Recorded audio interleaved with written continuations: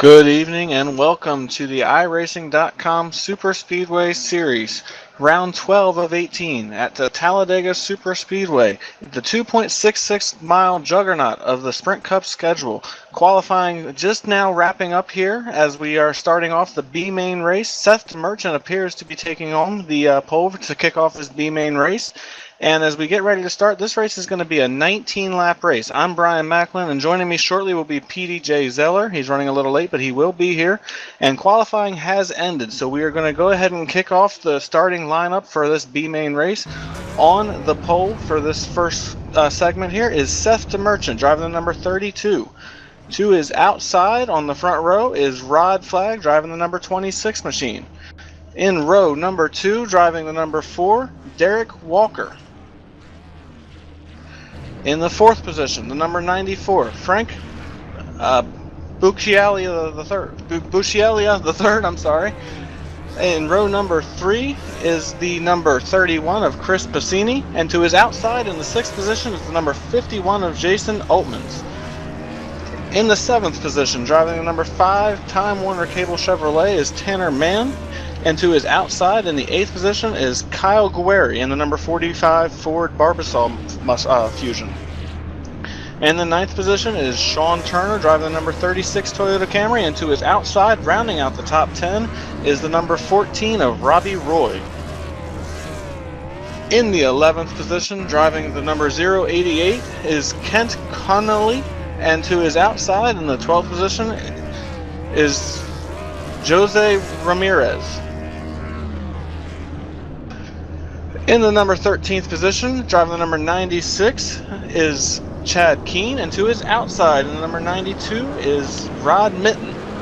In the 15th position, driving the number 33 is Larry Camp, and to his outside in the 16th position is Shane McKeegan in the number 28 Toyota Camry.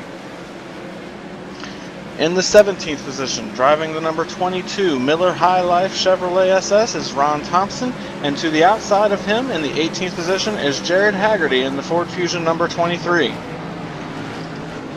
The last three cars that took time in this qualifying session is the number 83 of Ramon Evans and the number 20 of Dan Harrington, and then in the 21st position, Jimmy Todd in the number 18. The last car that did not take a time is the number 03 of Richard Holliday.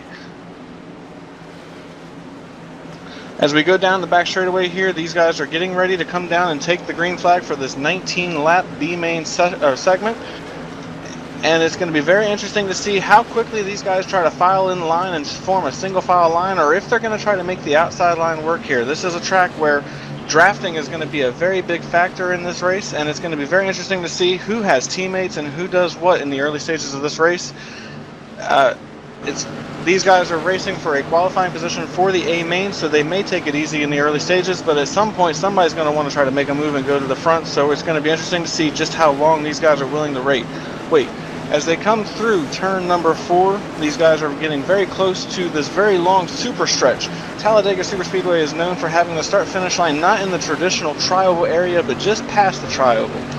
And as the iRacing Ford Mustang ducks off of the racing surface, these guys are about to take way and go green flag here. The leader is taking his time. He has not taken off yet. We are waiting. And green flag is in the air for the B main of this Super Speedway Series. Green flag in the air, and the number 26 is going to get a big jump as they go off into turn number 1. He's going to be able to take the lead as they go off into 1. He ducks to the inside line and is going to clear the pole sitter. He ducks in line and he is going to hold the inside line now. Now the number 94, the McDonald's car on the outside, is going to try to get help from behind. He does not have it as we work down the back straightaway here early on in this race. Everybody is already trying to work their way to the bottom of the track. It does not look like there is very many takers on the outside line. These guys are going to get single file in a hurry here as they go off into turn number 3. The 94 and the 51 are hung out on the outside by themselves. It's a single file line on the bottom right now, as the number 5 is actually having a little bit of an internet connection issue as he is warping around there. He is trying to get out of the way, it appears, but so far he is staying in line now. And the number 4 looks like he might duck out to try to make a pass. He thinks better of it and is going to stay in line as they complete lap number 1 of this 19-lap segment. And the number 5 dives off the track. He realized his connection issue was bad, and he decided to get out of the way and let these guys have a clean race at the front. As they work through turns 1 and 2, the number 32 is staying on the back bumper of that number 26 Cheerios Ford Fusion. He has not made any moves since they took the green flag. He has stayed right where he's at. We do have an outside line starting to form here as they go off into turn number 3. The 94 now has a little bit of help from behind from the 51 of Jason Altman. So he's starting to get a push up there on that outside line, and he's starting to make his way towards the front.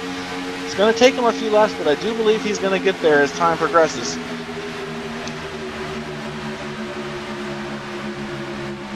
Right now they are still single file at the front. The first 2 cars are single file as they complete lap number 2 and start lap number 3. The number 94 has creeped up to the 3rd position on the inside line. He's starting to make his way up there. He's got a big push from the 51 as they go through 1 and 2. Right now it does not appear as if he's got enough momentum to go for the lead, but he is inching his way ever so closely as now he has a line of about 10 cars on the outside line pushing him along down the back straightaway here, going off into turn number 3. The 26 is holding his line on the inside and doing everything he can to pull that inside line around here as quickly as possible without taking a chance at losing the lead here. The number 94 now creeps to the outside of the 2nd place car, the number 32 of Seth DeMerchant. He is trying to get a run. He's pinching that inside line, doing everything he can, trying to get to the race leader as they complete lap number 3. He is almost there now. That 51 is giving him a big push. One thing these drivers are going to have to pay attention to tonight is their temperatures on their motors. These guys, they do not have a big opening on the front of the cars, so as they stay in line behind these guys, they're going to start overheating the motor, and then they're going to have to try to figure something out, whether it be falling out of line and falling to the back and trying to work on letting their engines cool, or trying to just back off that car in front of them and let some air into the front end of that car. They're going to have to maintain their temperatures. It's very easy to blow these cars up if they push too long or if they get too close to the car in front of them and stay there for too long. These cars do not have a lot of breathing room for the motors here, so it's going to be interesting to see now. By now, these cars should be starting to get pretty hot. It's going to be very interesting to see what these guys do as the laps wind down. So far, the number 94 has not been able to make his way to the race lead as the outside line is starting to fade a little bit. It's down to just a handful of cars on the outside. The number 26 of Rod Flag has maintained the race lead ever since he took it at the beginning of this race. He has held that inside line and he has not lost this lead at all. Nobody has even been able to present a challenge to him through the first 5 laps of this event. The 94 is the only driver that has made any type of shot at him, and so far even he has not been able to do anything with him here as they try to complete lap number 5. They come through this long tri-oval and come down to the start-finish line. The number 51 appears to be overheating a little bit as he does move up the racetrack away from the back bumper of the number 94 of Frank, and he is trying to get a little bit of air on the front end of that car, so it's evident that his car is starting to overheat a little bit here in the early stages of this race. As they work down the back straightaway, it is still single file for the front 3 cars as the number 94 once again tries to make a move to the outside but does not have enough help up there. He's going to need a few more cars lined up if he's going to make anything happen.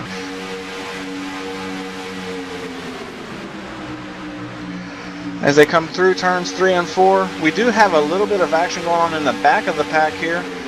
As these guys in the back, the number 18 of Jimmy Todd is trying to push the number 28 of Shane McKeegan on the outside line, but they have not been able to get to the front right now as they have just kind of held back here in the back. They started in the 21st and 16th position, and they have not moved anywhere as they are 3 wide back here now. The 75 jumped up in front of these guys trying to make something happen, and they didn't want to have anything of it. They went to the high line, that 3rd line, and tried to get around them. So far, it looks like they're going to be able to make that happen as they have a 3rd car pushing them back there behind them. And he is not going to be able to hold on. The number 96 was not able to clear that 75 car with the rest of them. He had to stay on the outside. He has no help up there. He's going to have to fall in line at the back.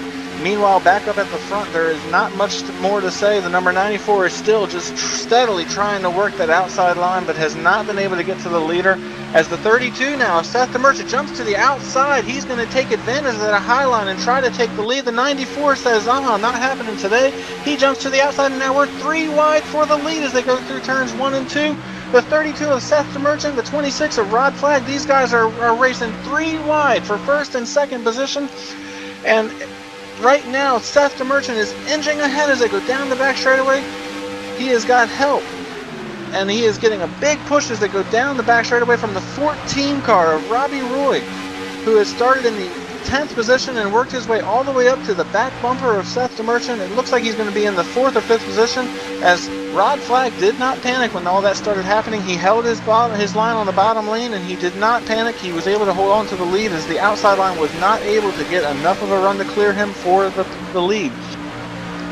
With all that shuffling around, that moves the number 4 of Derek Walker up to the 2nd position now. He started in the 3rd position, and he has stayed right there in that top 3 with 9 laps now in the book, and these guys are really starting to get racy at the front.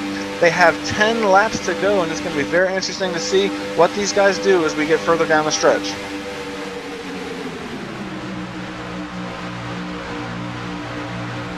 Seth DeMerchant now does not have a lot of help on the outside line. He is starting to fall back. He is to the outside of the 4th place car right now and has not been able to get anywhere since he made that move to the outside line. He had a shot for about a half a straightaway as he tried to get that push, but since then has not been able to go anywhere, as he is now trying to creep his way back up there. And the number 92 jumps out of line as they come across the start-finish line. He jumps up to the outside. That's Rod Mitten. It looks like he hit the bumps as they came through the tri-oval, and it shot his car up the track, and now he's on the outside line looking for a push so he can try to get up there and help that group at the front of the pack. But right now he is not much help to them, as we do have a battle for the lead, as Seth DeMerchant was able to pull that outside line up to the outside of Rod Flag once again, and is trying to make the pass as they go off into turn number 3. He did not have enough momentum to clear Rod, as now they go side by side once again through turns 3 and 4. He is doing everything he can, pinching that inside line, trying to do something to take this lead away from Rod Flag, who has led every lap of this race since the drop of the green flag. He started in the 2nd position, got a really good restart, and was able to take the lead and has not looked back since. Seth DeMerchant, as they crossed and complete lap number 10, was not able to make the pass. It was oh so close, but he was not able to do it. He has a line of cars on the outside line willing to push him, and he's going to get a huge head of steam as they go off turn 2 down the back straightaway. Once again, he is side by side with the leader. He's inching ahead of the leader, and he's got enough this time where he should be able to clear Rod Flag as they go off into turn number 3. Seth DeMerchant takes the lead. He stays on the outside for now. He has the opportunity to drop to the bottom, and he does. He goes to the inside, he takes the inside, and he is your new race leader as they work out of turn number 4 to complete lap number 11. Seth DeMerchant takes the lead, but it's not going to be for long, as now he's being challenged by the number 14 of Robbie Roy as they come across the start-finish line. Robbie Roy inches to the outside door of Seth DeMerchant. He is nose to nose with Seth as they go through turns 1 and 2. He's inching ahead of him. He's got a big head of steam as they go through the corner. Rod Flag has not been able to push Seth DeMerchant the way he would like to since he got clear to the inside. And now Robbie Roy has a big head of steam as they work down the back straightaway. He is trying to do the same thing Seth did to Rod a lap ago, but is not going to be able to make the pass as quickly as Seth did. They are still side by side as they go through 3 and 4. And Seth DeMerchant is now trying to hold on to this race lead. Robbie Roy is going to need some help on that outside line from Frank if he's going to get that pass made. He's going to have to get a big push from that number 94 McDonald's Ford if he's going to make it happen. As now they are 3 wide in the back a little bit. They are scattering back there. Everybody is jumping around the 51, and we have a little bit of contact back there.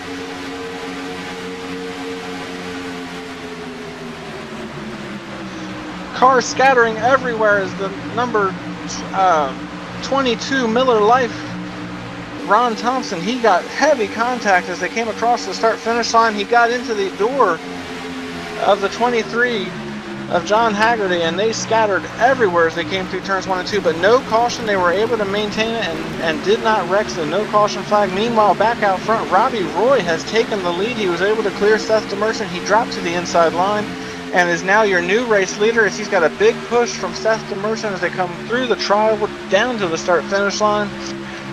As they complete lap number 13 and start working lap number 14, they have 5 laps to go in this so far caution-free event in this B main race. And these guys are racing desperately, trying to figure out who's going to start where for the A main race coming up later on tonight. 5 laps to go as they work down the back straightaway. They are catching a lap car up there. That's the number 5 of Tanner Mann. He had some connection issues earlier on. He is heating way to the race leaders. He's going to go all the way up to the outside line. And meanwhile, Seth DeMerchant jumped out of line to the outside line to try to make something happen, but he had no help when he jumped up there. Nobody went with him as he's starting to fall back. He's going to have to fall back to the number 92 of Rod Mitten to look for help from him. And as they come through the trioval one more time, they're going to be down to 4 laps to go when they cross the stripe right here. And it is anybody's race. We have seen a lot of action up here at the front of the pack. We have seen a lot of lead changes and a lot of exciting racing going on here. And we still have 4 laps to go, and these guys are going to get crazy as the laps wind down.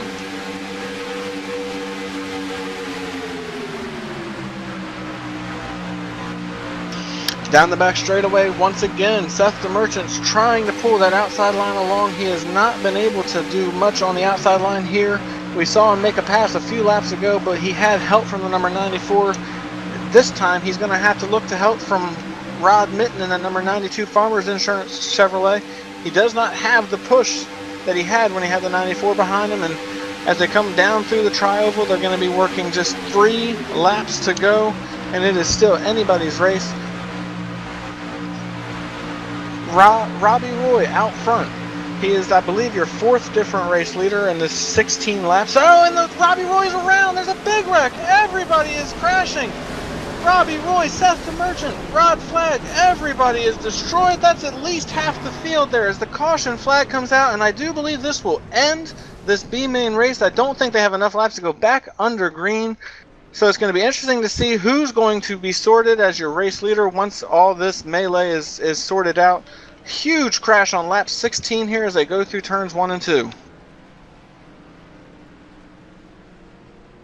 And you will get a chance to see the replay now as the race leader was involved in this, and as they go through turns 1 and 2, you're going to see that the number 94 just got into the back bumper of the 14 and just turned him around. It was ever so slight contact, but it turned him around, and then from there was at least 10 or 11 cars caught up. All of your race leaders go spinning and wrecking. Several of them flipped over. The number 94 flipped over. Seth DeMerchant flipped over. A huge accident here on lap 16, and now we're trying to get the running order sorted out. It does look as if Derek Walker in the number 4 Reese's Chevrolet SS, who also did get a piece of that accident, is going to come away with the race lead and the win in this B main segment. So he was the lucky driver that managed to just keep his car in the right direction when all this started happening. And when the caution flag waved and the scoring loops were counted, he was the race leader. He was involved in that, but he's with not going back green, he's not going to have to worry about the damage, so he's going to come home with the win in this B main segment.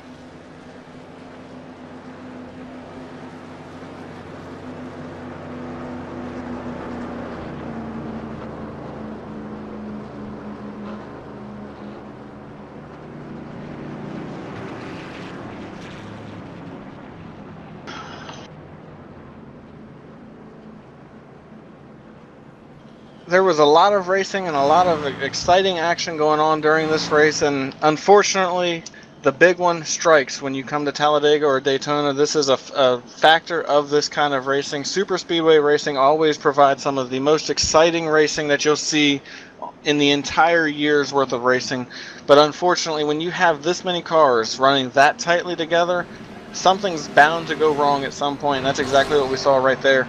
It was ever so slight contact by the number 14 and the number 94, and that's all it took to send the number 14 of Robbie Roy around. We are sure that he is extremely dejected. He was leading this race and had a very good shot at coming away with the win, but unfortunately that's just how this kind of racing goes. They are working under caution here on lap number 18. They have 2 laps to go. We do have several destroyed race cars based on that wreck. Fortunately for most of these guys, they're going to get to have a fresh car for the A main race, and they can go after it again and have a better shot in that race, hopefully.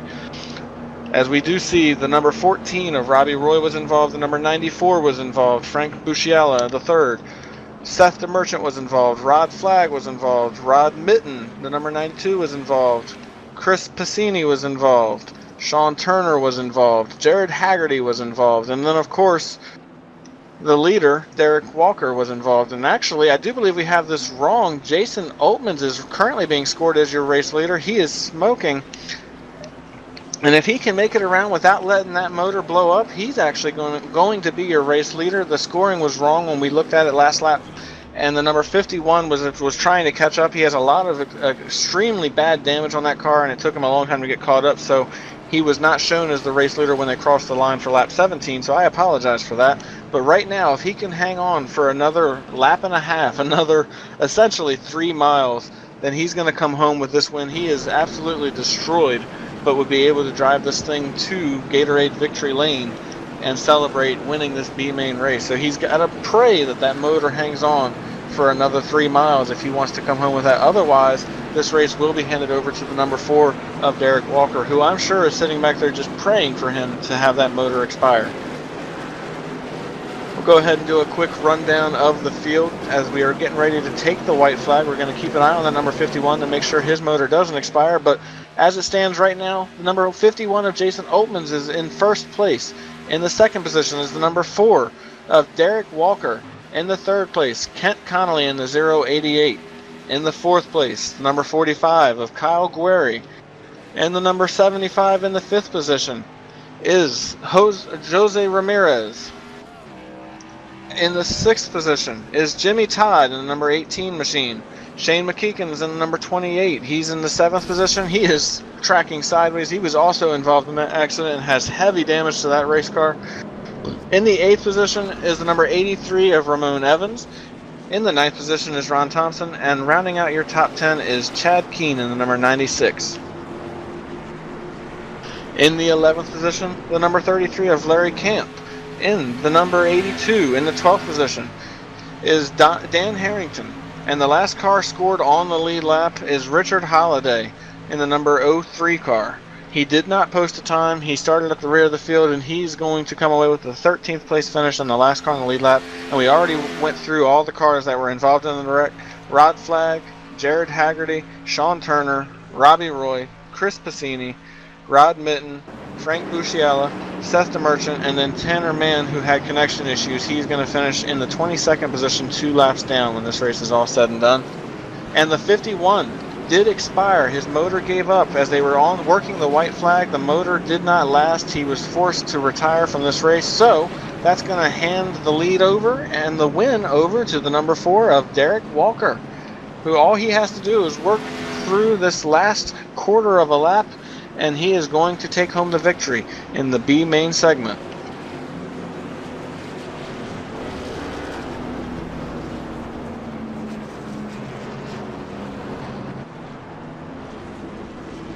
And as they work through the tri-oval to come down and take the checkered flag, Derek Walker is going to take home the victory in this B main race, a 19-lap shootout to set up for the A main race.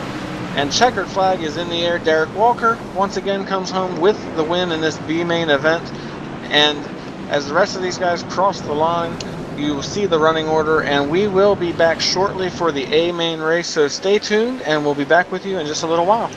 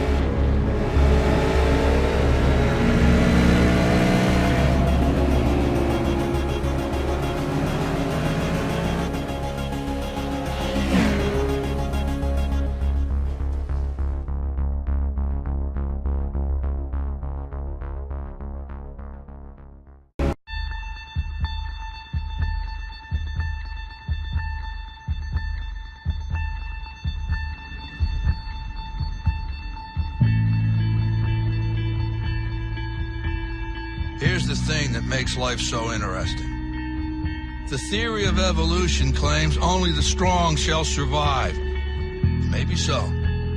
Maybe so. But the theory of competition says just because they're the strong doesn't mean they can't get their asses kicked. That's right. See, what every long shot come from behind underdog will tell you is this. The other guy may in fact be the favorite. The odds may be stacked against you, fair enough. But what the odds don't know is this isn't a math test. This is a completely different kind of test. One where passion has a funny way of trumping logic. So before you step up to the starting line, before the whistle blows and the clock starts ticking, just remember, out here, the results don't always add up. No matter what the stats may say, and the experts may think, and the commentators may have predicted, when the race is on, all bets are off. Don't be surprised if somebody decides to flip the script and take a pass on yelling uncle. And then suddenly, as the old saying goes, we got ourselves a game.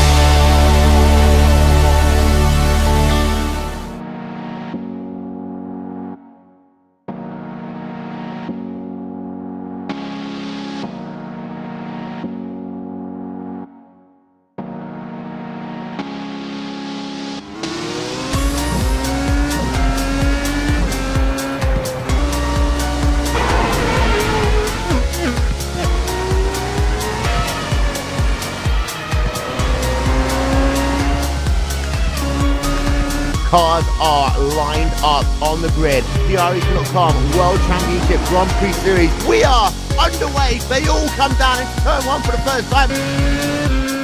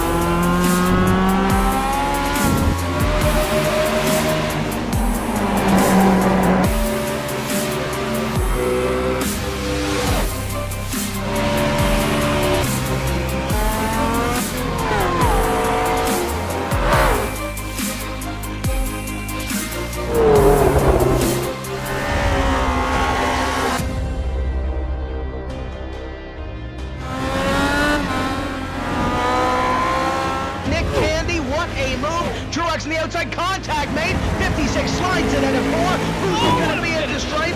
Dead even, give it to Ryan Truex. Truex is your winner over Tandy.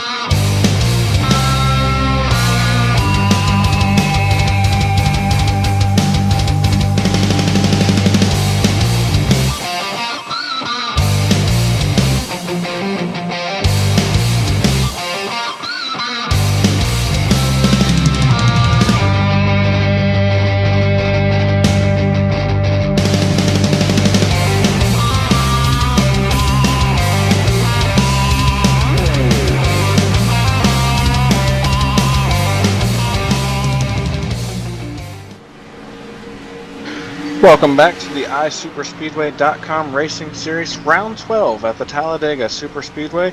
Joining me in the booth for this A-Main feature is PDJ Zeller, who I believe is actually going to catch us up with the points through 12 races. PD, how are you doing tonight?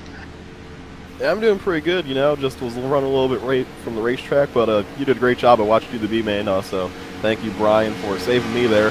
And now it's going to be me and Brian, the dynamic duo. We're going to give you this race coverage. But first, let's go through some point standings here with the iSuperspeedway Racing League.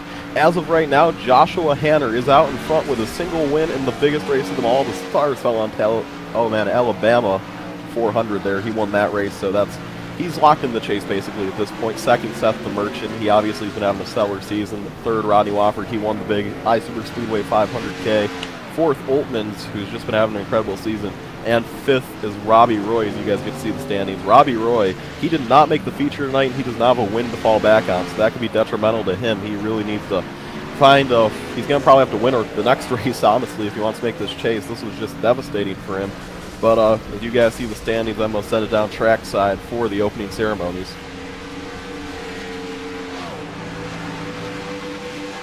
Oh, say, can you see by the dawn's early light what so proudly we hailed at the twilight's last gleaming, whose broad stripes and bright stars through the perilous fight o'er the ramparts we watched were so gallantly streaming, and the rocket's red glare, the bombs bursting in air, gave proof through the night that our flag was still there. Oh, say does that star-spangled banner yet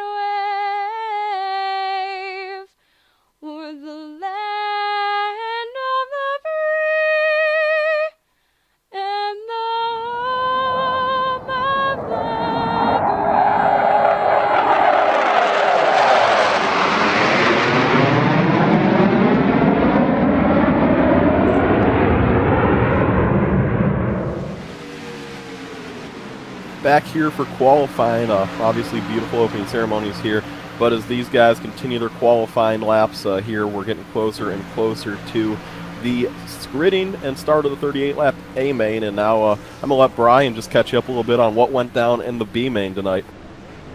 Yeah, and in a race that only saw one caution, it was a very exciting B main race. 19 laps, and these guys were at it side by side, in some instances 3 wide for the race lead and throughout the field as they went through that race. We had a very big accident on lap 16 that took out the majority of the field. All of the top 10 was involved, and when it was all said and done, the number 4 of Derek Walker came home with the win and advanced to the A main with that victory. So it was a very exciting race. They had a lot of side-by-side racing, and it should make for a very exciting race here as we have a lot more cars and a lot more talented drivers, and it's going to make things very crazy now as we have 10 seconds left in this session, and then we will go ahead and start gridding for this A main feature. Yeah, thank you, Brian. Obviously, very exciting race. Derek Walker won his first win here on an LSRTV broadcast. Congratulations to Derek Walker. I went down there and congratulated him, told him he finally won something. He told me, I've been winning heats all year, you guys just don't cover them. So Derek Walker is getting his spotlight here now as qualifying has ended now, and we are going to be getting ready for 38 laps from Talladega with the new draft model. Should be exciting. On pole tonight in the number 24 machine, that is driven by Josh Hanner, otherwise known as our points leader, and in second tonight will be that number 7 machine, that's driven by Rodney Wofford. He is up there in third. In row number 2, starting in the 3rd position, the number 48 Lowe's Chevrolet SS of Josh Ball, and to his outside, the number 2 of Donnie Giaterano in the number 2 Chevrolet SS. Girantano. Mark Jorgensen Jr. will start in 5th in his number 88 Nationwide machine that he's very excited to run. And in 6th will be the number 21 Pittsburgh Penguin machine driven by Ray Rittenauer II. I apologize for messing that name up. In the 7th position is the number 98 of Greg Hooks, and to his outside in the number 8th position in the number 38 Roush Ford Fusion, Jeff Figlin. And in 9th tonight's that number 99 driven by Daniel Ferguson. He's looking to have his career best start here, and rounding out your top 10 will be Paul Servant, the Frenchman, in his 85 machine. Starting in the 11th position, driving the number 42 Ford Fusion, Elliott Leach, and to his outside in the number 20 DeWalt Toyota Camry, Matt Bontempi. Yeah, Matt Bontempi starting well tonight. He's looking to get a win to lock him into the chase here. And right behind Matt Bontempi will be the B-main winner himself, Derek Walker in the number 4 machine, and on his outside will be Kyle Geary in the 45. Starting in the 15th position, driving the 088 Kent Connolly, and to his outside, Jose Ramirez in the number 75. He's starting 16th. 17th to the number 18 of Jimmy Todd, and in 18th is the number 28. He was in it for the championship last year, looking to get his first win on the season tonight, Shane McEachin. Starting in the 19th position, driving the number 83 Snap-on Chevrolet SS, he is Ramon Evans. And to his outside, driving the number 22 Miller Life Chevrolet SS, that is Ron Thompson. Our old buddy boys back this week, Chad Keene, number 96, starting in 21st, 22nd to Larry Camp in the 33. In the Mountain Dew number 82 Chevrolet SS, Dan Harrington starts 23rd, and to his outside, the number 03 of Richard Holliday, he's starting in the 24th position. 25th to Jason Oltmans, and 26th to Rod Flagg. And in the 27th position is Jared Haggerty, and Sean Turner is in the 28th position. And in 29th tonight is Seth DeMerchant, number 32. Shotgun on the field tonight, past series champion Frank Busili III in his number 94 machine. Here we come off of 4. It is time for the second last race before the chase. This is where you got to lock yourself in. It's go big or go home at this point in time. 2 rows, 2 teams. On the outside, you got the Wicked Auto Sports boys. On the inside, you have 3 Handrick machines. We'll see how this turns out. Here they come. They have to wait on that green flag to drop. Josh Hanner knows how to get done this season. He's proved so, but so does the guy on his outside, Rodney Wofford, as they come down through the tri-oval. And the flag man has the green flag in there. The green flag is down and away, down on the outside. Great start for Rodney Wofford. He's going to beat Hanner to the stripe here for the start. Hanner, though, fighting back immensely on the inside, side by side for the lead. Wicked on the outside, Handrick on the inside. These two teams are going to be going out probably all night long, as now Handrick pulls the edge through 1. Hanner pulls the edge through one, and he's bringing that number 48 of Josh Ball with him, and the outside line is already starting to fade as they go down the back straightaway. That number 7 of Rodney Wolford is going to try to pull that outside line back up to the race lead as they go down this long back straightaway into turn number 3. Right now, it does not look like he's going to be able to have the run. They're still trying to get up to speed. They're almost at full song with these Sprint Cup Series cars as they work through 3 and 4. The number 7 is trying to get a big run off the corner so he can try to pull that outside line up to the lead. Here we come, the 7 of Ronnie Wofford. He travels on the outside with help from his teammate Donnie Guarantano. Remember, the Wicked All Sports boys set a big goal for them. Remember, it's those two and Seth the Merchant. They said one of their main goals is to lock Guarantano into the chase. And here they come to the outside with a big head of steam. The number 7 of Ronnie Wofford charges on Josh Hanner. Hanner fighting for all he's worth. His teammates Josh Ball and Mark Jorgensen push him right now. This truly is a team battle at the moment. These two guys are going at it, though, for the lead. Guarantano loses the bumper of Wofford. They're going to have to get reconnected as Josh Ball has found Hanner, and those two are going to pull a nice sizable gap. If they can get all three of them clear, I wouldn't be too surprised. We saw Jorgensen do a little bit of blocking for him here, as now these guys, a little bit of connection issue there for our leader Josh Hanner. Nothing too much to be worried about, and now the top 3 are clear. Outside line is fading away as we watch Dan Ferguson come up on this battle, as Dan Ferguson has really been making a name for himself lately. He is up here in this battle. These guys are going to have a lot of help, though. The outside line is quickly growing. Remember, like Brian was saying pre-race, we might see a lot of 3-lane action tonight, so don't be surprised if these guys are just taking it a little bit easy right now early on. Yeah, in the B main race, it took several laps for that outside line to really start to work. It took a lot of cars getting up there and lining up back to back to try to get that outside line to work. It did not work for about 7 or 8 laps in that race, so we're only 3 laps in here, and I'm not surprised at all that it hasn't begun to work for these guys yet, but I have faith that they will make it work. And as you said, those team cars are going to stay lined up, and they're going to stick together and try to get each of them to the front here. Single file through the front 4 cars here as the number 7 is trying to make this work. Rodney Wolford is trying to pull his teammates back up there. He's going to need some more help lined up behind them. Right now, he only has a handful of maybe 8 or 9 cars pushing him. He's going to need a few more than that if he's going to get up back up to the race lead and contend for the lead.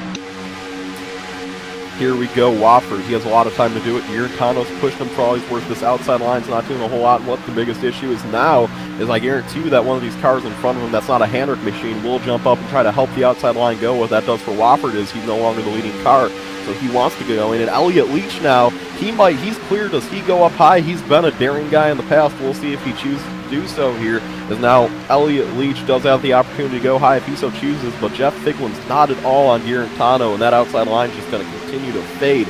The inside line is so relevant right now, and the outside line is just quickly fading away into irrelevancy, as now that number 4 machine is on the inside of Wofford here. We look at the 85 and considering to make a move. He will not make a move. So up front, it will just remain those 3 guys going at it, as now we have a little bit of stack up here. Jimmy Todd comes back up the banking, almost 3 wide. He hangs on to it as these guys continue to fly at speeds of 200 miles an hour, inches away from each other at Talladega Super Speedway. Very interesting scenario right now. This outside line just cannot get any steam going. It appears as though it's just Guarantano and Wofford trying to help each other, but here comes another strong contender, Matt Bontempi, who needs to make the chase desperately. We know he wants to get a win. We'll see what he'll do for it.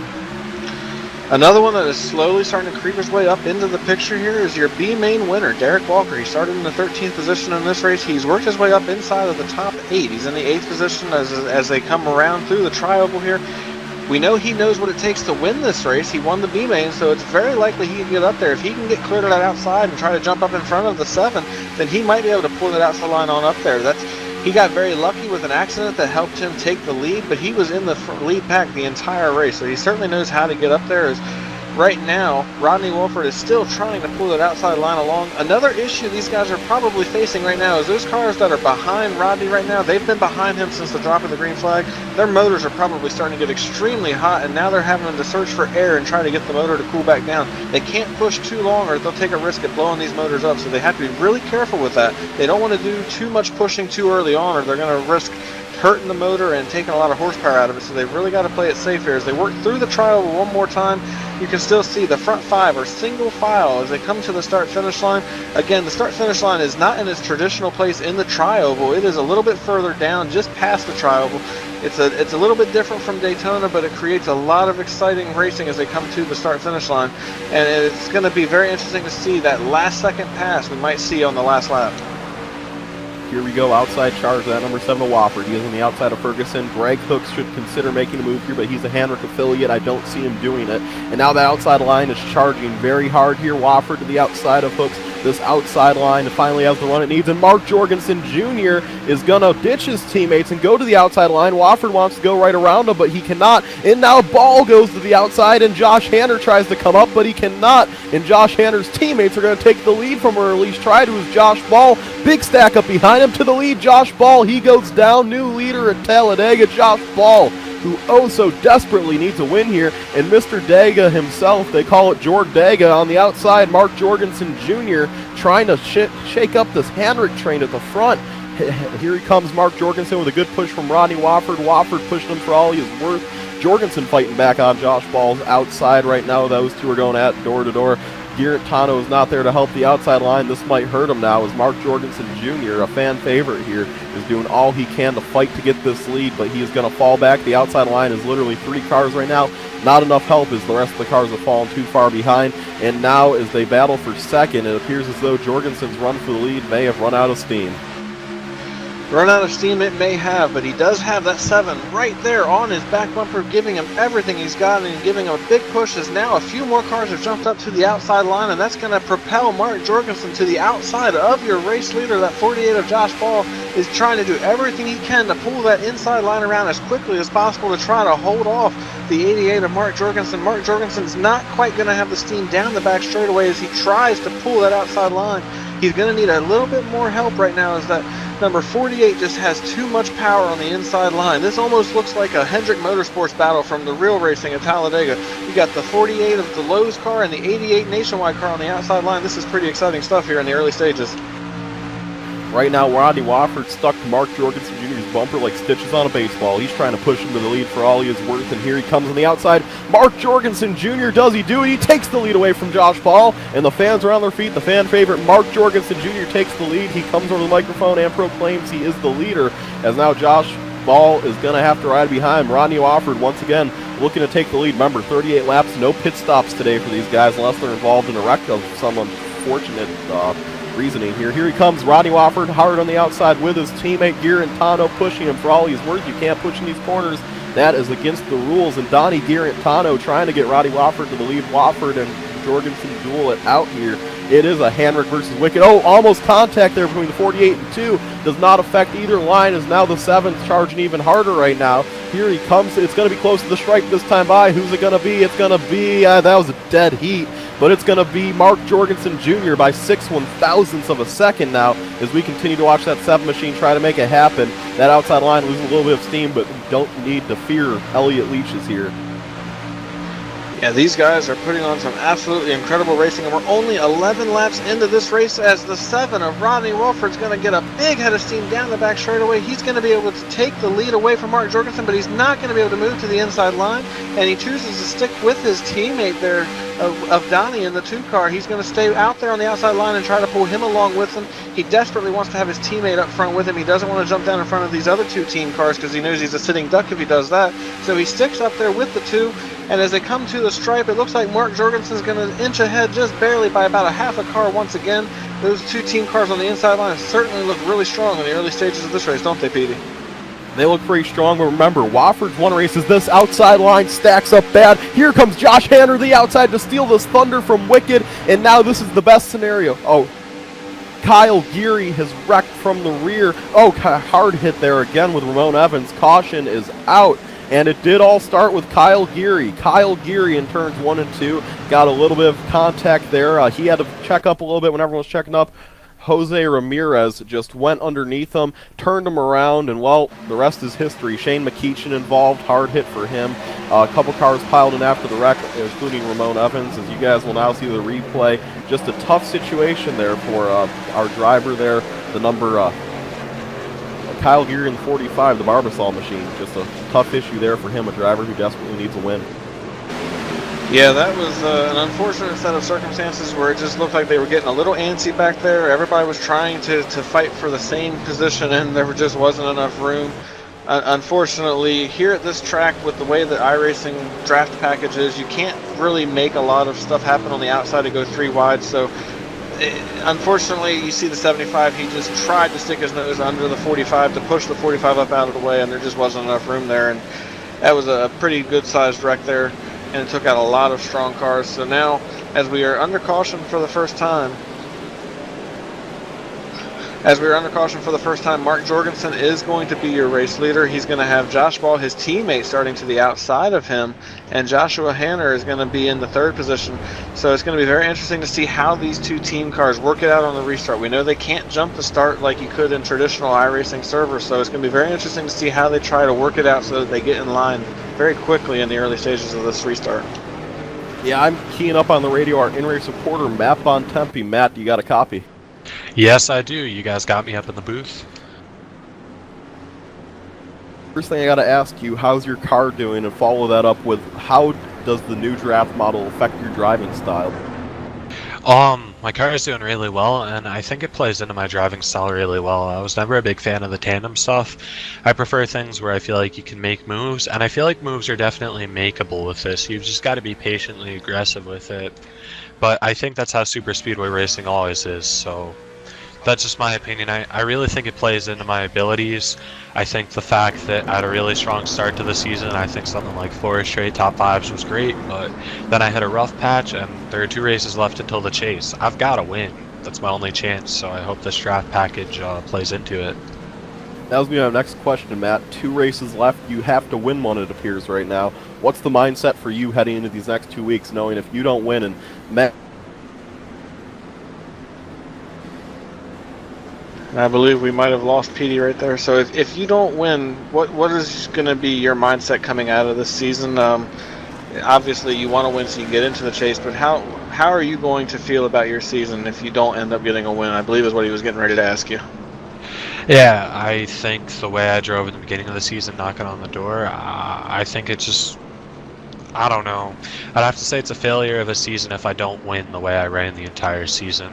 I mean, 4 or 5 top 5s is nothing to shake your head at, but the way this thing is with the win and you're in chase and me not performing the way I needed to in the double points endurance races, if I don't make the chase, I did something wrong this season because I have the ability to, I have the car to, I did something wrong if I didn't make the chase. I've been a winner in this series before, way back in season 1, and you guys don't know how desperately I want to do it again. I just hate not winning, man. But who doesn't? Yeah, I think we all agree that winning is amazing and it feels great. All right, Matt, we appreciate you joining us here in the booth. Good luck to you, and we will catch up with you hopefully at the end of the race in Victory Lane. Thank you. The pleasure was all mine. All right, good luck down there, sir. And that was Matt Bontempi. He's driving the number 20 DeWalt, and he is getting ready to go back green here, so we're going to let him go and get this thing underway. We apologize that Petey was having a little bit of some technical difficulties. We hope to have him back in the booth shortly. We'll let you know how that works out, and we'll get ready to go back green here.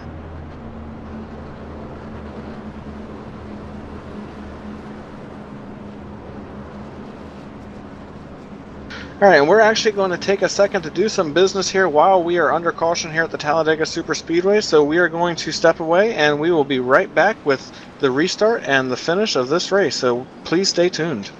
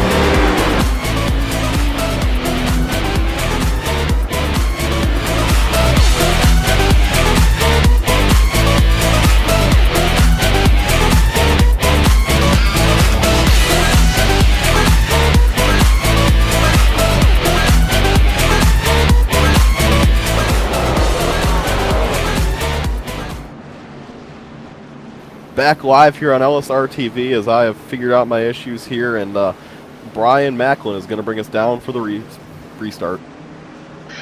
Yeah, these guys are working through turns 3 and 4, getting ready to come down to the long tri-oval and super stretch as the pace car is coming out of turn number 4 right now. The hands of this race will be in Mark Jorgensen when the pace car pulls off. The iRacing Ford Mustang is about to duck out of the way. These guys have to wait for the flag man to throw the green flag, so we are going to be anticipating this start here as Mark Jorgensen and his teammate Josh Ball are going to be leading them down. The pace car is out of the way. We are waiting for the flag man to drop the green flag. Green flag is in the air, and the 88er Mark Jorgensen takes off with a big jump. His teammate Josh Ball on the outside is going to actually inch ahead of him as they go off into turn number 1. He's got a big push from the 7 of Rodney Wolford as they work through turns 1 and 2. Mark Jorgensen has no help on the inside line. That 24 of Josh Hanner did not get a good restart, and he does not have a lot of help for him right now, as Josh Ball on the outside line is going to inch ahead as they work down the back straightaway with a big push. It looks like he's going to be able to clear Mark Jorgensen by the time they get to turns number 3 and 4. And as they get down into turn 3, Josh Ball is still not quite clear to the inside. He's going to have to stay on the outside for the time being with a big push from the number 7 of Rodney Wolford. As now the outside line is beginning to fade, and we have a caution. Once again, we are under caution. We're going to have to try to figure out what happened there. The second caution of the night is out, and we are going to be slowing back down here. It looks like the number 03 of Richard Holliday was involved, and we are going to have to see what happened here. We're waiting for the replay, and we will let you know exactly what happened in just a moment. The replay is going up now, and as you're going to see, it actually started in front of him as the number 32 of Seth DeMerchant had some issues, and he got around, and then a bunch of people just kind of started going around, and that was an incredible accident there. Incredible accident indeed here from the Talladega Super Speedway. Unfortunate scenario for the drivers involved, and they'll have to go down pit road, use their one reset if they still have it, and hope they can still go out to fight and live another lap. Obviously exciting moments here from the Talladega Super Speedway, but yeah, just a whole lot of action, a whole lot of excitement here, folks. Glad you tuned in. You're live here on LSRTV for the Friday Night iSuper Speedway race number 13 on the season with PDJ Zeller and Brian Macklin. And obviously just a whole lot of action we've seen tonight, and Brian's obviously had a better view of it. And Brian, what do you think this race could come down to? I mean, we haven't seen a third line really established yet.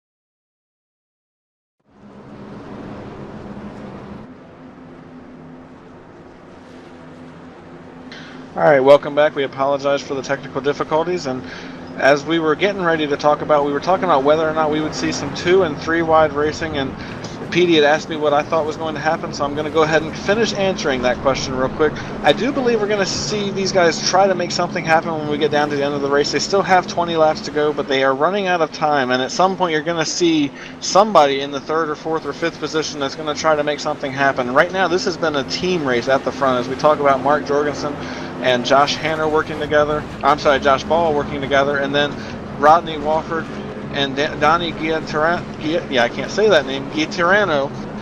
They have been working together. So somebody's going to have to try to make something happen. And Petey, it's going to be really exciting when it finally does start happening. Yeah, I'm going to send off to a quick commercial break right now. We'll bring you back on the other side of the caution. Please stay tuned.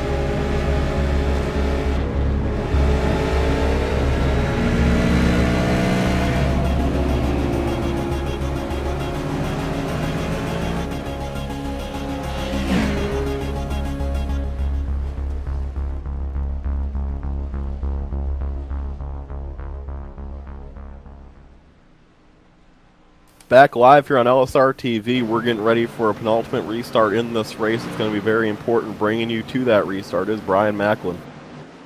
Yeah, once again, the iRacing Ford First Mustang is coming out of turn number 4 and is about to duck to the safety of pit road.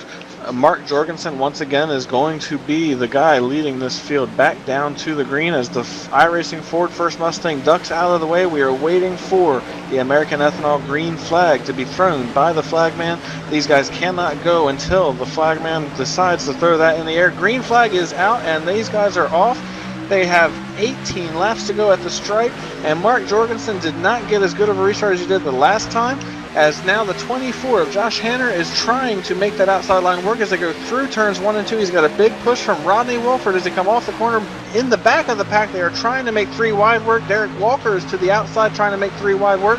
And off turn 2, we have a big battle for the lead as the 24 of Josh Hanner is trying to get that big push down the back straightaway. He's inching ahead of Mark Jorgensen as they work down towards turn number 3. It's going to be interesting to see if he's able to clear the inside. He does. He is your new race leader as they go through 3 and 4.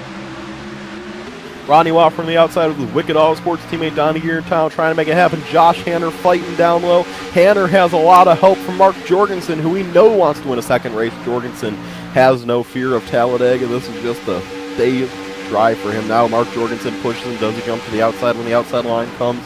We will see what he does. Mark Jorgensen remains stationary on the inside line. Will he come up, and will Rodney Wofford try to go around him, or will he just push him voluntarily? We are about to find out here as we are getting down to the nitty-gritty of this race, as now that 88 machine sitting right behind Josh Hanner. He is waiting. Will he come up in front of the 7? That is yet to be decided, as now he's going to push the number 24 down the backstretch. I think he's waiting for the 7 to get some sort of run, or maybe he's not going to go up at all here. We'll see. Remember the outside line last time, it took him a long time to get going. We'll see if it takes him that long again now, as these guys really going for it here. Side by side right now for the 4th position between Greg Hooks and Rodney Wofford, but as it sits right now, not a whole lot of outside line help besides those 2. Yeah, unfortunately, those 2 are all by themselves on the outside line. It's going to be interesting to see what these team cars do at the front. Do they stick together, or do they eventually try to break apart from one another and go for the win on their own? Each of them is desperate to try to get this race win. And at some point, you have to stop thinking about teammates and start thinking about yourself. So it's going to be interesting to see, as now these guys are pretty much single file all the way through the entire top 10. We do have a couple of cars trying to jump up and make that outside line work as they work down into turn 3 and 4. It was the number 42. He decided better of it, gets back in line, and now once again we are single file. There is one car stuck out there. That was Matt Bontempi. He too is able to get in line for the time being. So as we work down into the late stages of this race, this is not playing out like I expected it to. These guys have decided to get single file, and it looks like they're just going to ride for a few laps. Yeah, and these guys are going at it right now. I mean, for the position between Bontempi and Keene, Keene's going to take that position. Chad Keene's a guy we'd love to see win a race here. He's had a rough season so far. Is now Bam Bontempi just can't find a hole. He's just going to be heading south right now, and not voluntarily is now Shane McKeechin says, "Hey Matt Bontempi, I'll help you," but it's a little bit too late, as him and Jose Ramirez are going to try to help him, and that won't even happen. So not a whole lot happening there. Looking up front, no one jumping outside yet. Just everyone's just chilling out right now. I'm kind of surprised we don't see someone like Dan Ferguson try something wild. Dan Ferguson has not been up front too much this season, and he's just had some really bad luck. Hopefully we can see him walk away with a good finish here, as now that 99 is looking right behind the 98. Maybe we'll see the 98-99 charge towards the front, as now Elliott Leach looks on to try to help this battle, these guys right now. And here we come in the back. I think we're going to start seeing some guys try to make some moves. Jeff Figlin and Chad Keene have hooked up together, and I would be too surprised if we saw Chad Keene do something wild here. I know he wants to win a race bad. Is now, the Gotti Geartown gets turned around by Jeff Figlin. Geartown, will he save it? No, but he's off the racetrack. No caution, and 2 machines have wrecked here. No caution. Figlin, Ramon Evans, and Geartown have wrecked. They're going to remain racing here, as obviously that's a big changer in this race now, as we just have a breakaway up here. Normally race control will throw the caution flag in that situation, but in this case they're not going to throw it. They don't find it necessary, and now up front it's just a mess. Yeah, as right now, the Rodney Wolford in that 7 machine, he is trying to hang on to the back of that lead pack. He has started to lose touch with them, and if he's not careful, he's going to have to fall back and try to pick up that group behind him, as he is slowly starting to lose touch with those guys. And this really helps that 24 of Josh Hanner. He is out front. and he is holding on to this lead very carefully. Matt Bontempi is trying to make that second group get in line so they can start working on trying to catch back up to that lead group. These guys still have approximately 11 laps, so they can still try to make something happen and get back up there and have a shot to win this race, but they have got to get in line right now and start working together. Otherwise, they are not going to be able to make it work. There's 2 cars on the outside, the 28 of Shane McEachin and Matt Bontempi in the 20, and right now they are not making a lot of progress trying to catch back up to that front pack. Meanwhile, the 7 was able to close back up to that lead group. The 85, it looks like, may have fallen back and picked him up, and now they are back up in this main pack, and that second group is slowly starting to inch their way back up towards the lead group. We have a big wreck as they go through turns 1 and 2. Shane McEachin is around. There were several others involved. It looks like the 45 once again involved in an accident. He used that reset and then is unfortunately not going to be able to use another one as he was involved in this wreck as well. It looks like he just came up off the apron and got into him and turned him around and set up with it looks like at least a 5-car pileup. Ooh, big issues there. Feel really bad for Chad Keane involved in that, but yeah, Keane got involved. Then McEachin, Ramirez just made hard contact. Ramirez obliterated that wall. The All-Star race winner, Jose Ramirez, as you guys can see the replay. A couple of cars, no one really piled into that, so tough break there, especially for Jose Ramirez as you guys see the replay. And that right there is just a tough situation for all the drivers involved. And we will now go back under caution flag conditions here, as this has been an incredible race from start to finish, and it's going to continue to do that fashion. We're going to restart with around 8 to 7 laps to go. And trust me, these guys are going to be going at it harder than they have all night. I need to let you guys know what's important up front. Josh Ball, Greg Hook, Dan Ferguson, Paul Servant, Kent Connolly, and Dan Harrington. Those are the drivers in the top 10 without a win right now. Expect those guys to go especially hard for it, especially with all that's on the line. Remember, points aren't really an option right now. They need a win. Yeah, and with needing a win, these guys are going to put it all on the line. They're going to take some risks and go for it. Finishing second doesn't mean anything for them, so if they pull out of line and they drop back and finish 15th or 16th, that's also not going to do anything for them. So right now, that's their only chance. They're going to have to jump out there and hope that somebody goes with them and try to take a shot at it. I don't expect them to do it as soon as we take the green flag, but they are going to eventually make that move, because with 2 races left until the chase begins, they can't afford to wait around and hope that something goes their way. They're going to have to take that chance and go for it. So it's going to be really interesting to see what these guys are willing to do. We are working lap number 29, completing lap number 29, and taking lap number 30 now. And still out front is Josh Hanner. Mark Jorgensen's in the 2nd position. Josh Ball is 3rd. Greg Hooks is 4th. And rounding out your top 5 is Daniel Ferguson. So that's your top 5 right now. I'm really going to keep my eyes on Greg Hooks here. He needs to make the chase member. Evan Pasoko likes to bring it up all the time. I think it's just a coincidence, but Evan believes that Greg Hooks will be the champion this year. Me and Evan have a little bit bet going on with that, because every year so far in the history of iSuper Speedway, the guy who's finished 2nd in points one season, every single season, that guy goes on to win the championship the next season. So, for example, Frank Busilia and Brand Chaburko. Frank Busilia won the champion. Brand Chaburko finished 2nd in points. The next season, Brand Chaburko won the championship, and Rod Flagg finished 2nd in points. And then the next year, Rod Flagg won the championship, and Greg Hooks finished 2nd in points. So if that trend were to continue, it would be Greg Hooks who won the championship this year. But in order to do that, first he needs to make the chase. So we'll see if Greg Hooks make the chase. And Greg Hooks has been sort of quiet this season, but he might make it on points. He's the one guy who could possibly make it on points. He is at a decent amount close right now, and really impressed with Greg Hooks. Remember, last season, he made the chase on points that season too, and he did not win a single race, but in the finale in Florida, there was a big pile-up on the last lap that almost collected Rod Flagg, and Greg Hooks dodged his way around that, and he won the race, but he came up 2 points short of winning the championship.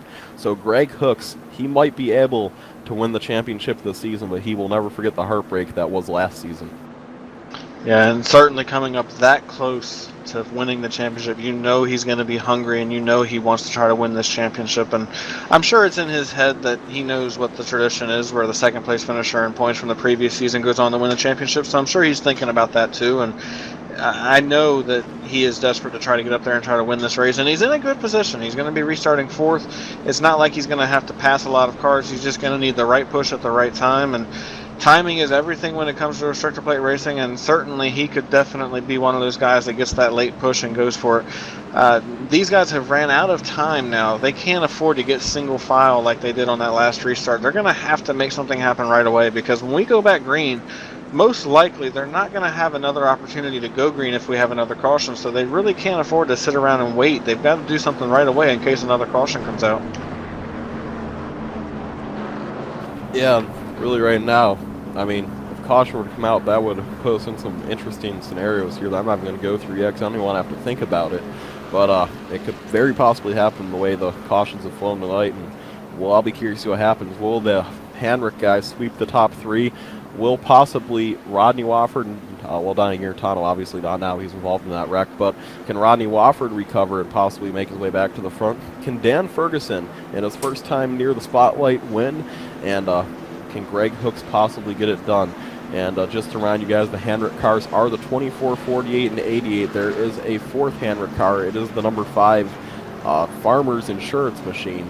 That is Tanner Mann. He's not here tonight, so not all the Handrick machines are here, but they are going to be trying to be here. And it's funny, the Handrick guys, they call Josh Hanner Mr. Handrick. They kind of base their team off the Hendrick cars.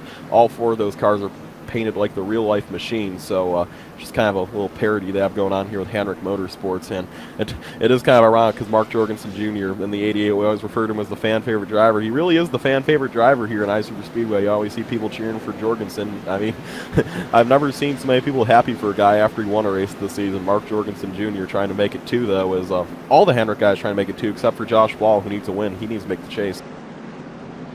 Yeah, and I'm sure that's something that Josh Hanner and Mark Jorgensen will be thinking about as we get down the stretch here is what can they do to try to help Josh Ball? I don't want to say that there's going to be team orders to put that 48 out in front, but I certainly think if the opportunity presents itself that they may try to help him get up front and have a shot at winning this race, as the lights are off on the iRacing Ford First Mustang. So when we get back around the next time by, we're going to go back under green, and it's going to be very exciting to see, can these 3 team cars work it out and finish 1, 2, 3, or can somebody spoil the party? Talladega has been known to be a Hendrick Motor Speedway track in the past, and as you said, these guys are kind of representing the Hendrick Motorsports colors and numbers, so it's not surprising at all that they're carrying that banner very nicely and presenting these 3 cars at the front here at Talladega in the closing stages of this race. It's going to be very exciting to see, can Greg Hooks, like you mentioned, get that win that he needs to get into the chase, or is he going to have to hope that he can get in on points, which it sounds like he is extremely close to do and could possibly pull it off. And these other guys, there's a lot of other guys in the field that are further back that need to make something happen. They're running out of time. They've got to do it. So it's going to be very exciting here when we go back green. Yeah, and you know, what you said about team orders there, we've heard the Wicked Autosport guys say straight up, if Donnie Garantano's towards the front and one of them's leading, they're going to let Garantano win. Now, the Handrick guys, on the other hand, I'm not sure if I would just jump to a conclusion and say that they would let, quote-unquote, Josh Ball win, because that group of guys are really competitive guys. They each want to win, and sometimes they don't really think about stuff like, oh, let's let them win. And if it was any other team, I might agree with you, but Handrick, sometimes they just go all for the win, and I can't see Mark Jorgensen pulling over and letting Josh Ball win, but I guess that is what we're going to have to find out. Do team orders become a factor here? It's possible, but I'm not sure if it's likely. We will see. The pace car is going to pull off here, and Brett Bodine is going to wave goodbye to the field for hopefully the last time tonight, and if it isn't, we need a caution within 2 laps or else this race is over. Here we come to the trial. The flagman holds that green flag in his hand. He's waiting to drop it for Josh Hanner in front of 200,000 people trying to win this race. Green flag in the air, and we are down and away. And wiggle there on Rodney Wofford, but a good restart for the inside line of Josh Hanner. Greg Hooks did not go whatsoever, and Mark Jorgensen Jr. is up the river without a paddle. As they try to get up to speed here through turns 1 and 2, Mark Jorgensen does not have the push that he needs right now. As we've seen in the past, the outside line has not really worked in the beginning stages of the race. He does get a good run as they come off turn 2, working down that long super stretch down the back straightaway here. He is door-to-door with his teammate Joshua Hanner as they enter turn number 3 or head towards turn number 3. He is not going to be able to clear him as Josh Ball is all over the back bumper of that number 24. He's hoping to be able to push himself clear of the 88 so he can try to jump up and make a move for the lead.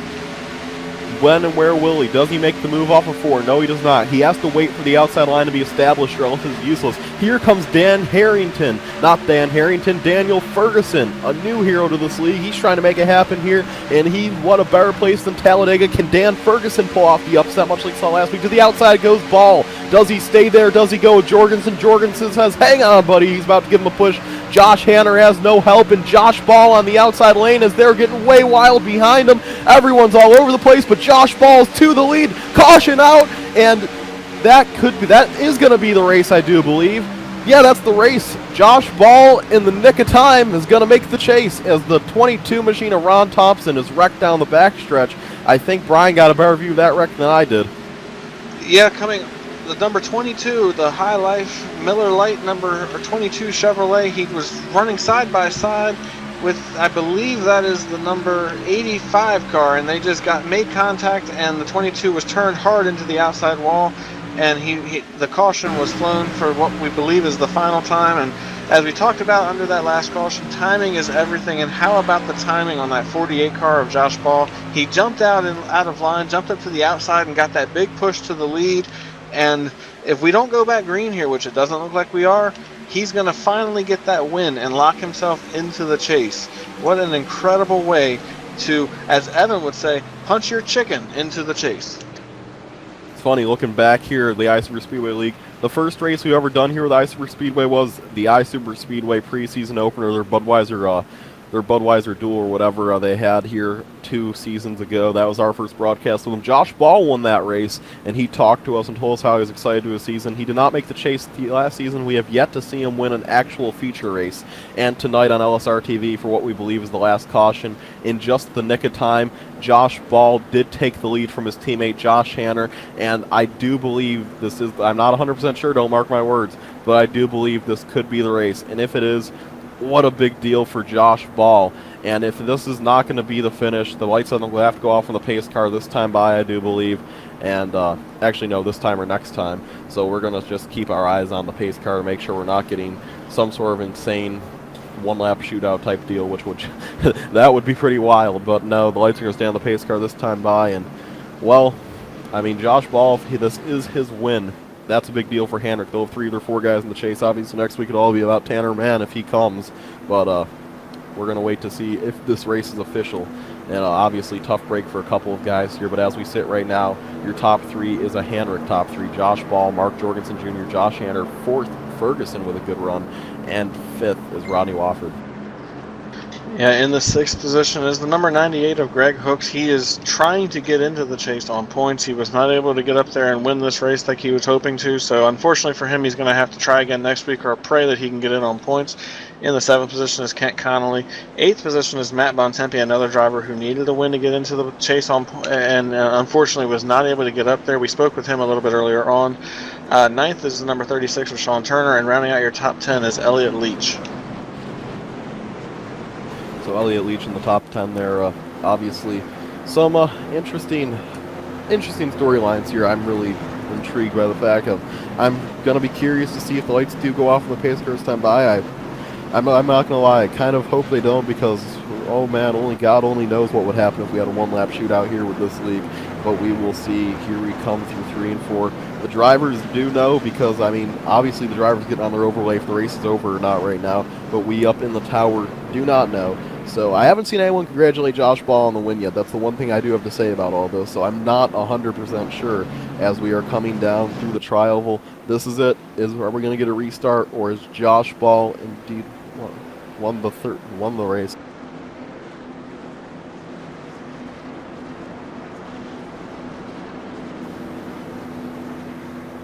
So as they come down to the start-finish line, Josh Ball is hoping that this race is over. Obviously, as PD mentioned, these guys already know, but none of the drivers have congratulated him, so it's going to be very interesting to see. And this race is not going back green. They are not getting the 1 to green, so this thing is over, and Josh Ball punches his ticket into the chase. And as PD alluded to, all 3 of the Hendrick cars are going to be in the chase, or 3 of the 4, I'm sorry, of the Hendrick cars will be in the chase, and they're going to hope that they can get their 4th driver in next week if he shows up and runs in the race next week. So it's going to be very interesting to see. And there's a lot of other drivers now. There's several drivers down the field that need a win next week, and this is their last opportunity. So they're really going to have to dig deep next week and try everything they have to get up there and win the race. Obviously, that'll be a big deal. And oh man, Matt Bontempi has been removed from the server for. This is a fun league. Rod Flake puts a lot of effort into it. He doesn't allow drivers to he allows some fighting of some sort, but if it just gets personal and uncalled for, he will remove you. And Matt Bontempi, I guess, has been due to crossing that line. So that is going to be unfortunate for Matt Bontempi, who I'm going to try to see what position he was in before he got removed. He was in 15th, so I mean, obviously not anything that he really could brag about, but I mean, it's 15th. I wouldn't really want to get removed after I ran this whole race and that happened. So unfortunate for Matt Bontempi here, but as they round 3 and 4, the Henrik boys are already celebrating, as these guys they have done it. And Mr. Henrik is sitting in 3rd right now, probably has a big grin on his face, knowing that he'll have 3 of his 4 cars in the chase. He will have, obviously, his teammates. They swept the top 3, and it's just a big deal here for the Henrik Motorsports machines. They come through the trial this time by. The flagman puts the white flag in the air, indicating 1 lap to go for Josh Ball. And do you notice them orange numbers on that machine? He is a I-5 driver. Josh Ball won the I-5 course.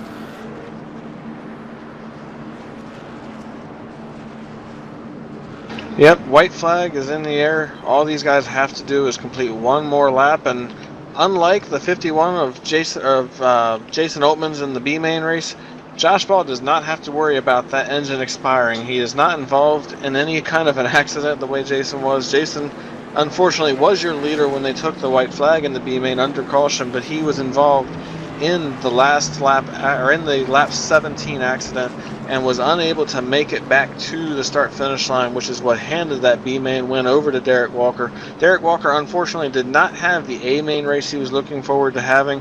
He's going to come home in what looks to be the 19th position. So unfortunately for him, he was not able to come home and get that win that he was so desperately looking for. But going back to what this race was about, we saw a lot of extremely exciting racing at the front, 2 and 3 wide racing at times. We saw a lot of teamwork going on at the front. Obviously, the Henrik boys worked together, and it certainly paid off in their favor, as they're not only going to get Josh Ball in the chase, but they're going to get that top 3 finish. And what an incredible night it was for these guys. And also, as Petey alluded to a little while ago, Daniel Ferguson is new to the series, and he is certainly doing a good job in his debut race. Yeah, just a good run for him. And Josh Ball, though, in front of all these fans, and 80,000 to be exact here at Talladega, the Henrik boys are going to come around turn 4 knowing that they have done it. Josh Ball, not only does he win the race, he won the 65 cold hard cash dollars I-5 bonus. He'll get $65 for that. He gets a trophy mailed to his house, and as he comes through the tri-oval, the fans are on their feet cheering for the Henrik boys. But the most important thing isn't the trophy, isn't the money, it's the chase berth. Josh Ball will now have his chance to fight for the I-Super Speedway Championship here, along with teammates Mark Jorgensen Jr. and Josh Hanner, as they come to the checkered flag for the last time tonight. Josh Ball has done it. He's earned himself a chase berth and $65. The I-5 bonus has finally been won after a whole season of waiting, and it comes to the hands of Josh Ball here, as he has won it from the Talladega Super Speedway. Yep, and as they get ready to come down and celebrate, you're probably going to see these 3 teammates go out there and burn it down together. Now, like once again, we've got Josh Ball in the chase. He won the I-5 bonus, and they got the top 3 finish. So it's certainly going to be an exciting celebration. And we are actually getting ready to go ahead and take a commercial break, and when we come back, we will catch up with our top 3 finishers. So stay tuned, and we will be right back.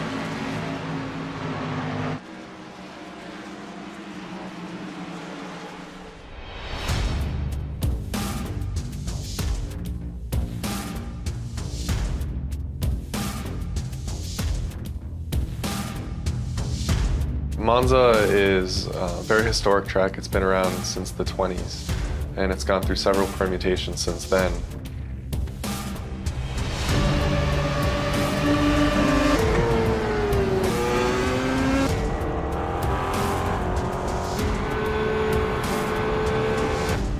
We're also bringing forward a number of configurations. So there's chicanes that they've installed since the track's early days. So they can use original, very high-speed configurations of the track where the cars would just blow through where the chicanes are today, or they could use a more modern version. So it's a pretty cool, compelling track.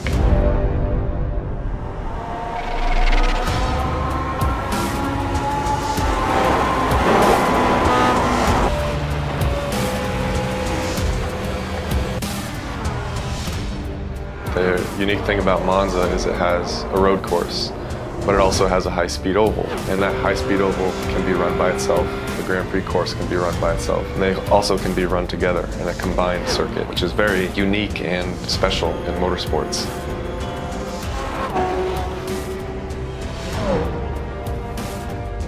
This was one of the more challenging projects that we've undertaken. It was essentially building 2 tracks in one. It took a lot of time and a lot of care was put into it, but we're really happy about the end result, and we think that people have a lot of fun driving it.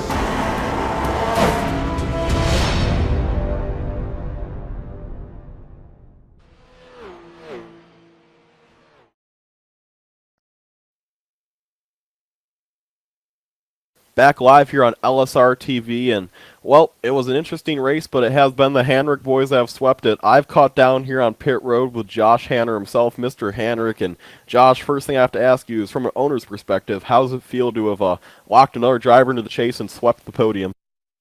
Man, it feels awesome. I'm really excited for Josh Ball. I mean, we've been trying to get him a win for a long time. And I mean, it couldn't have come in a better way. He got a chase berth. I think he won $70, and he got his first A main win. And we swept the top 3. It was just a big night for our team. I'm super excited about it. Well, obviously, big deal here for you, Josh. And Josh, what is your mindset heading into the last week? Does really the focus on your team trying to get that 5 machine into the chase, or does he plan on running the next event? We are definitely going to try and get that 5 machine in the race next week if we can do it. We got a couple other affiliates that we'll try to help if we can't help the 5, but the focus for us is going to be to get that 4th Hanrick car in there. All right, Josh, and well, I guess more likely, let's talk about you a little bit. You got a 3rd place finish here. You're going to kind of lengthen out your points lead a little bit. How do you feel heading into this chase, as you are going to have the points lead and you've been really consistent this season? Well, it's nice to have the points lead going in, but all that doesn't matter. Once the chase starts, the points reset, and we're back to square one. So hopefully this consistency can continue through the chase, and when we get down to the end, I'll still be up on top of the pile. I've been with the series since season 1, back in the Super Speedway Cup days. So I've been wanting to win a championship a very long time. So I really hope it happens this season. All right, Josh. Well, before I let you go, who do you got to thank? Who makes that happen for you in the number 24 crew? I want to thank you guys for the broadcast, Rod Flag for putting on the league, of course. I want to thank all my teammates, Josh Ball, Mark Jorgensen Jr., Tanner Mann, our affiliated guys, the Wicked Motorsports guys, Kyle Gary, Rodney Wofford, Seth the Merchant, Donnie Garantano. Thank all those guys for running with us, and looking forward to the final race of the regular season and getting this chase going. All right, thank you for joining me, Josh. Thank you. And now a little bit further down pit road, Brian Macklin has caught up with a fan favorite, Mark Jorgensen Jr. The fan favorite indeed, Mark Jorgensen Jr., your 2nd place finisher. Mark, what was it like for you pushing Josh Ball to the lead right as that caution was coming out, and then helping him lock himself into the chase here coming up in a couple of weeks? How did that feel for you as a driver and a teammate trying to help him get his spot in the chase? It was pretty cool to be the guy to be able to help the teammate out for sure. Really hated to see that caution come out, because I had it set up that as soon as Ball drops down, I was going to try to get out there along the side of him, try to race the thing out, hopefully get me another Talladega win. But it worked out in his favor tonight, so it's pretty cool to have 3 teammates, or 3 of us in the chase. Yeah, and it was an exciting race watching you 3 teammates up front. If that caution hadn't come out, do you think you could have gotten the win? Could you have beaten your 2 teammates on the inside line? Would you have had enough help behind you to get clear of those guys? I would have hoped to have said, well, I don't think so. The outside is just terrible, with this draft package that we got to race with. It's good for a few laps, but that outside lane gets, disorganized, and guys start dropping down to the bottom, and then that makes that inside lane a lot faster. So I would have liked to have said that I had a good chance at it, had the caution not come out, but I think I would have fell back and probably finished outside the top 5 or top 10. All right, Mark, and what is your mindset going into the chase? Obviously, you're locked in with your 2 wins, and you don't have to worry about points next week, so you can go out there and try to win one more before the chase starts. But once the chase starts, what is your mindset going to be? How are you going to approach the races differently from where you have in the regular season? It's going to be every man for himself. Try to use the teammates as much as you can, but, in the closing laps, I mean, it's every man for himself. I'm going to have to elbows up and get on that steering wheel and hopefully get a lot more wins and go ahead and bring the championship home. And that's exactly what we're hoping that you get the opportunity to do, Mark. And before we let you go here, any sponsors you need to thank, any shout-outs you want to make real quick? Yeah, up and foremost, Rod Flagg, hell of a league administrator. He runs a pretty awesome show over here every Friday night. It's an absolute blast to run with him. Other than that, it's just my teammates, Henrik Motorsports. We all was in the top 5 all night long, helping each other out when we could and racing each other hard there at the end, and it just didn't work out to get me another win. But other than that, just my right foot, for staying in there and keeping that gas pedal down. All right, and that is Mark Jorgensen, your second place finisher. I'm now going to send it to Gatorade Victory Lane, where PD Zeller has caught up with our race winner. I'm down here in Victory Lane. The champagne's flying, and Josh Ball is just electric here with the emotions. And Josh Ball, I gotta ask you, you've done it. You've won $65, a trophy, but most importantly, a chase berth. Take us through your night and how you feel right now. Honestly, I have no words. It is. I can't even talk. See, it's amazing. We had a great team night. We started top 3, and that's how we finished. Henrik Motors were amazing. Last couple races here, we've been doing really good, and all the patience has paid off, and we got into victory lane tonight.